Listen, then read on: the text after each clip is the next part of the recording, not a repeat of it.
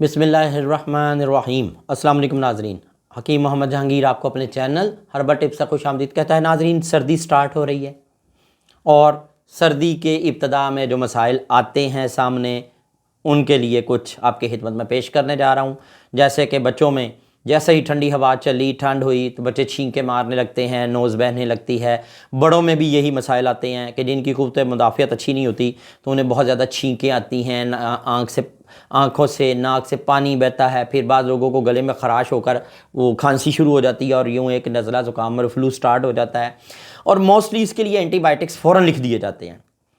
तो इसमें एक चीज़ मैं आपको पहले तनबीह कर दूं, एंटीबायोटिक्स खाने से अब आप गुरेज करना शुरू कर दीजिए, क्योंकि आप पिछले 2-3 साल में आने वाली बीमारियों के नतीजे में इतने ज़्यादा एंटीबायोटिक्स सब लोग ले चुके हैं कि अगर अब आपने इनको कम ना किया तो आपकी जो अपनी क़ुव्वत मुदाफ़ियत है वो फिर इस काबिल नहीं रहेगी कि आप मामूली सी भी बाहर से आने वाली मौसमियाती तब्दीली को बर्दाश्त कर सकें। इसलिए बेहतर है इससे बचिए।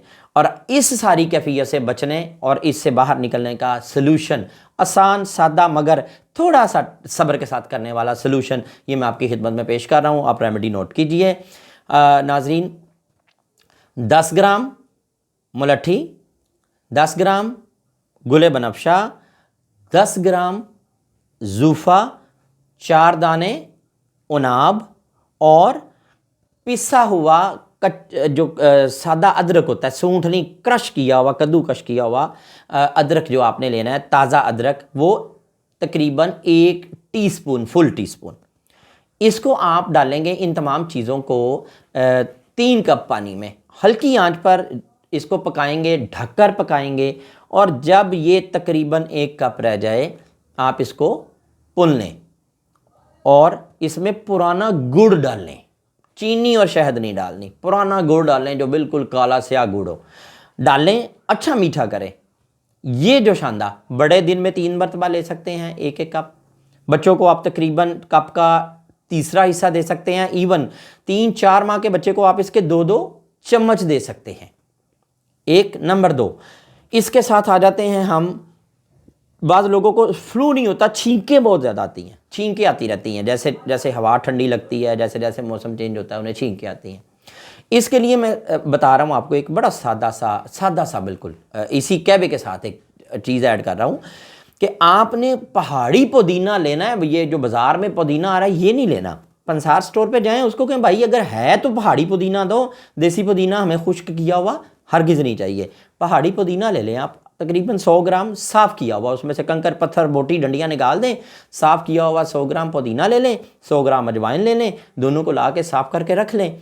आप सिर्फ दिन में 1 या 2 मरतबा, और ये बड़ा मज़े की चीज़ बनेगी, 1 टीस्पून अजवाइन और 1.5 टीस्पून, 1.5 टीस्पून पुदीना, इसको आप तकरीबन 2.5 कप पानी में डालें। जब पक के 1 कप रह जाए आप इसको पुन लें। पुन के इसमें हल्का सा शहद या गुड़ या शक्कर डालकर ये कहवा आप खाने के बाद पिएं, नाश्ते के बाद पिएं, रात के खाने के बाद पिएं। एक तो हाज़म होगा, नंबर 2 के ऊपर ये कहवा आपको जो है ये छींकें, एलर्जी और इन चीज़ों से बचाएगा। और सबसे बड़ी बात कि ये आपको किसी हद तक हेल्प दे देगा आने वाले ये जो मौसमी बुखार हैं, मलेरिया वगैरह, इनसे भी बचने में। मैंने डेंगू फीवर पर भी इससे पहले शायद क्लिप डाल दिया हुआ है यूट्यूब पर, आप देख लीजिएगा। लेकिन इस वक्त जो मसला सामने आना है फौरी तौर पर मौसम चेंज होने पर, ये मसला हर बंदे के साथ आना है। उन इलाकों में जिनमें डेंगू फीवर या मलेरियल फीवर नहीं है वहाँ भी ये प्रॉब्लम आती है सबको। तो इसलिए मैंने ये एक कॉमन रेमेडी आपके साथ शेयर की है, आप करके देखिएगा। शिफा मेरे अल्लाह पाक की ज़ात है देने वाली, मेरी कोई औकात नहीं कि मैं आपको शिफा दे सकूं। जद्दोजहद कर सकता हूं, अच्छी जुस्तजू कर सकता हूं, कोशिश कर सकता हूं। और मेरी ये कोशिश अगर आप मैक्सिमम लोगों तक पहुंचा सकें तो ये वो अमल है जिसकी जज़ा आपके लिए भी अल्लाह के पास है। तो जो लोग देखें वो अगर मेरे इन क्लिप्स को ज़्यादा से ज़्यादा आगे लोगों तक पहुंचाएं, तो मैंने अपने YouTube चैनल पे हमेशा जो कुछ पेश किया है वो रियलिटी बेस किया है। मैंने YouTube चैनल को डॉलर कमाने के लिए हरगिज़ स्टार्ट नहीं किया, बल्कि इसलिए स्टार्ट किया है कि हिकमत के हवाले से, तिब के हवाले से मैं अपने लोगों के कॉन्सेप्ट क्लियर कर सकूं। मेरे मरने के बाद भी लोगों को समझ आ जाए कि हमारे रसूल सल्लल्लाहु अलैहि वसल्लम का जो तरीका इलाज था और है اصل میں وہی ہمارا اصل طریقہ علاج ہے. ہمیں نجات صرف اس سے مل سکتی ہے, ہمیں مغربی طریقوں کے دیے ہوئے علاج سے کوئی شفا نہیں مل سکتی. وہ تو خود ہم سے مانگتے رہے ہیں. ذرا کبھی پڑھیے گا بایوگرافی مسیح الملک جناب حکیم اجمل رحمۃ اللہ علیہ کی, تو آپ کو پتہ چلے گا کہ اس وقت گوروں نے اس جو ہے مجاہد سے کیسے اپنے آپ کو فیض یاب کیا اور کیسے اس شخص سے ٹریٹمنٹ مانگے. وہ سمجھتے تھے کہ اسلامک طب کو چیز ہے, لیکن افسوس کہ آج ہم نہیں سمجھتے کہ ہماری طب کو چیز ہے.